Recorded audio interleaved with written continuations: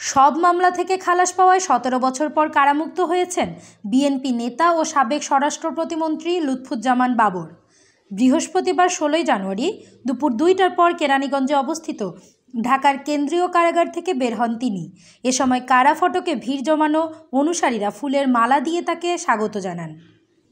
গত মঙ্গলবার 14 জানুয়ারি চট্টগ্রামে বহুল আলোচিত 10 ট্রাক অস্ত্র আটকের ঘটনায় করা মামলার সাজা থেকে খালাস পান বিএনপি নেতা লুৎফুজ্জামান বাবর সহ 5 জন।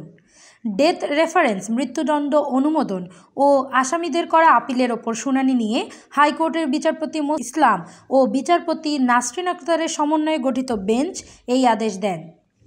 এর আগে গত 18 ডিসেম্বর 10 ট্রাক অস্ত্র আটকের ঘটনায় দায়ের হওয়া চোরাচালান মামলায় ফাঁসির সাজা থেকে খালাস পান বাবর।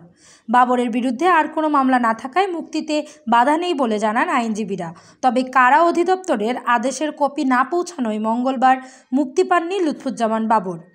2004 সালের 1 এপ্রিল CUFL ঘাট থেকে আটক করা হয় 10 ট্রাক ভর্তি অস্ত্রের চালান।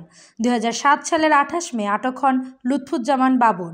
এরপর বিভিন্ন মামলায় তার দণ্ড হয়। এর মধ্যে 2টি মামলায় তার মৃত্যুদণ্ডাদেশ হয় এবং একটিতে দেয়া হয় যাবজ্জীবন কারাদণ্ড। বিচারিক আদালতের রায়ের পর 2014 সালের 6 ফেব্রুয়ারি মামলার নথিপত্র হাইকোর্টের ডেথ রেফারেন্স শাখায় পাঠানো হয় এবং তার ডেথ রেফারেন্স মামলা হিসেবে নথিভুক্ত হয়।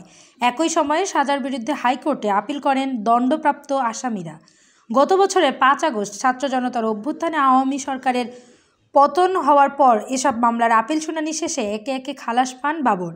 এর মধ্যে গত 23 অক্টোবর দুর্নীতির মামলায় 8 বছরের দণ্ড থেকে এবং 1 ডিসেম্বর 21 আগস্ট গ্রেনেড হামলার মামলা থেকে খালাস পান তিনি।